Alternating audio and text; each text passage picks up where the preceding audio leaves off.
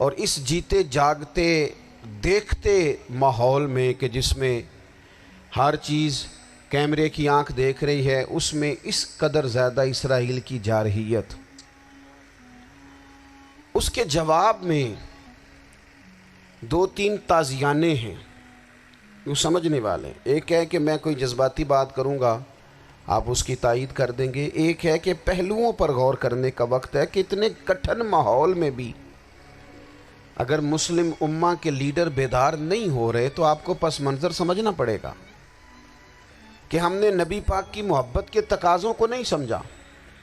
حضور سے محبت ہے نا تو پھر نبی پاک کو تو سادہ طرز زندگی پسند ہے، حضور کو تو پسند نہیں ہے۔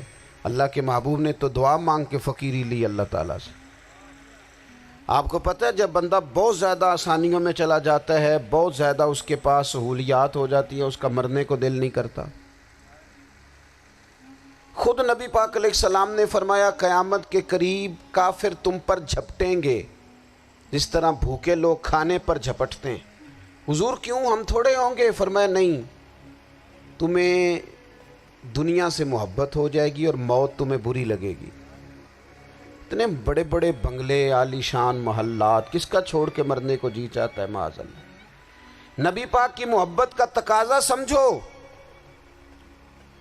ایسا نہیں کہ وہاں دولت آئی نہیں۔ حضور تو فرماتے ہیں کہ اللہ نے خزانوں کی کنجیاں میرے ہاتھ میں رکھ دی ہیں، لیکن میں نے عرض کیا مالک ایک وقت روٹی دینا اور ایک وقت کا فاقہ دینا۔ کنجیاں خزانوں کی اللہ نے دی۔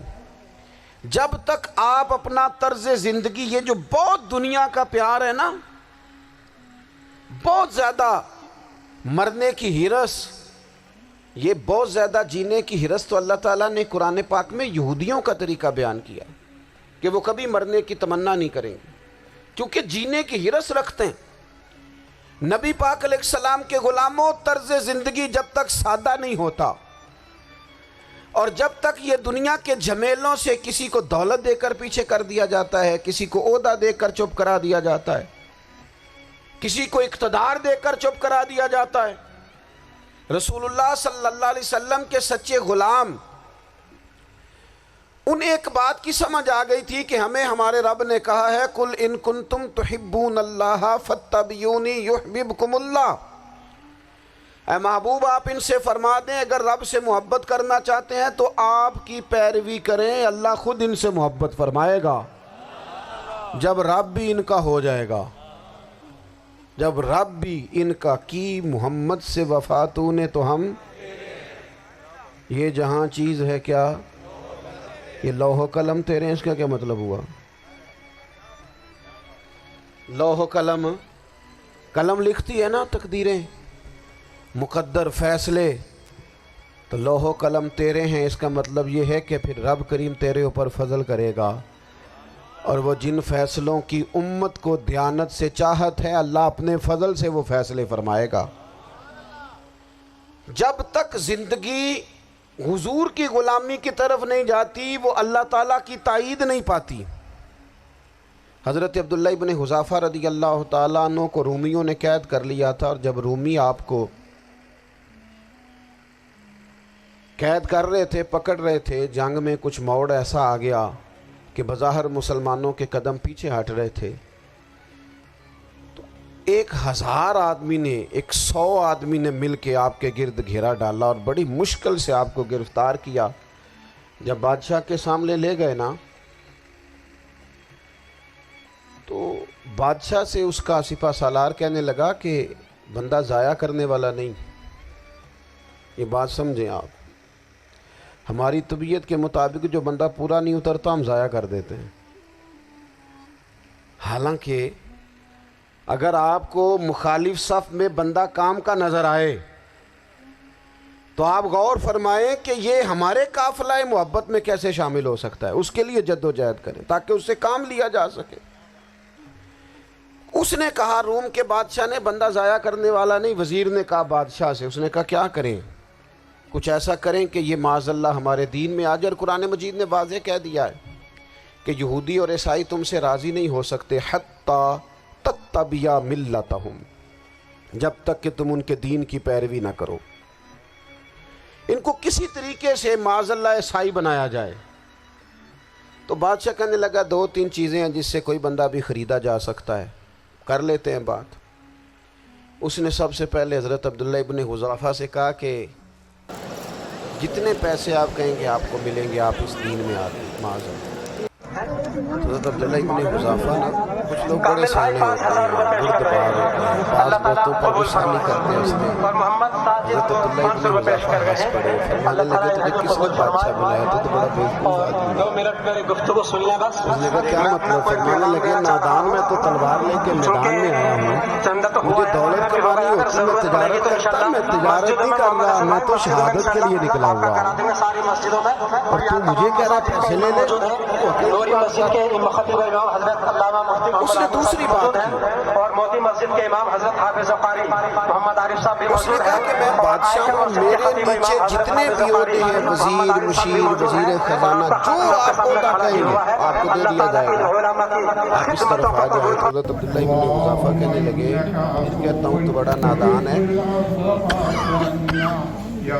فرمانے لگے میں حضور کا صحابی ہوں، اور صحابی ہونے سے بڑا عہدہ دنیا میں ہے ہی کوئی نہیں۔ صحابہ وہ صحابہ جن کی ہر صبح عید ہوتی تھی، خدا کا قرب حاصل تھا، نبی کی دید ہوتی تھی۔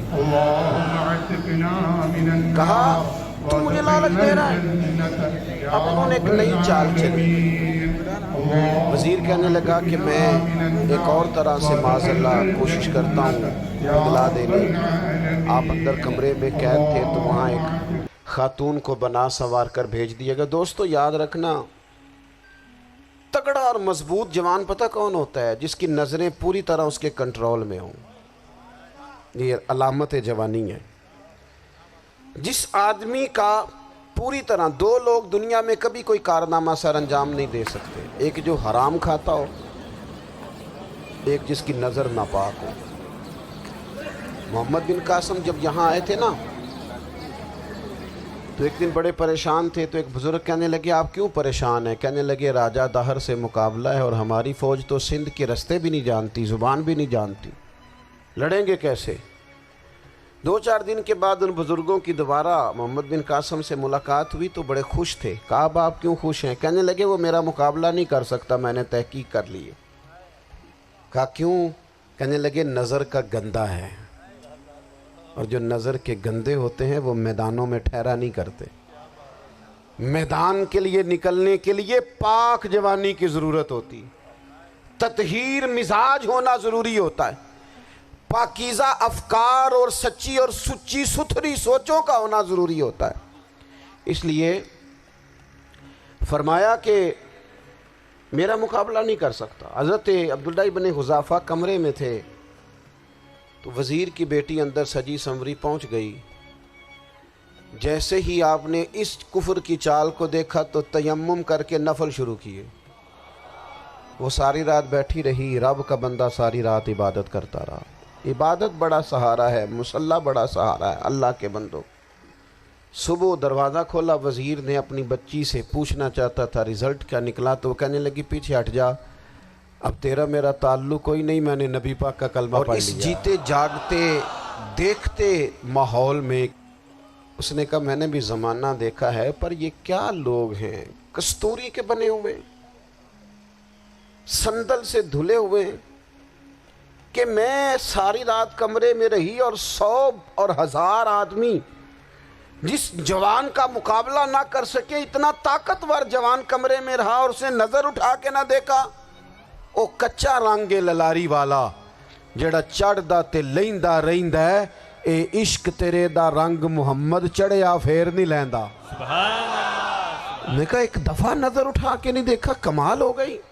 اتنے بڑے لوگ، اتنی بڑی سعادت مندی، فیروز بختی، معاملہ فہمی حد ہو گئی۔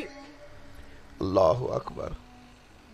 دوستو بادشاہ جب پوری طرح ہار گیا نا، اس نے کہا مار دو۔ تیل گرم کیا ایک کڑاہی میں، اور جب آپ کو اس میں ڈالنے لگے تو آپ کی آنکھوں میں آنسو آ گئے۔ بادشاہ کا خیال ہوا شاید نرم ہو گئے ہیں، کہنے لگا روئے کیوں؟ فرمانے لگے سوچتا ہوں جان ہی ایک ہے، کتنا مزہ ہے اس کی راہ میں جان دینے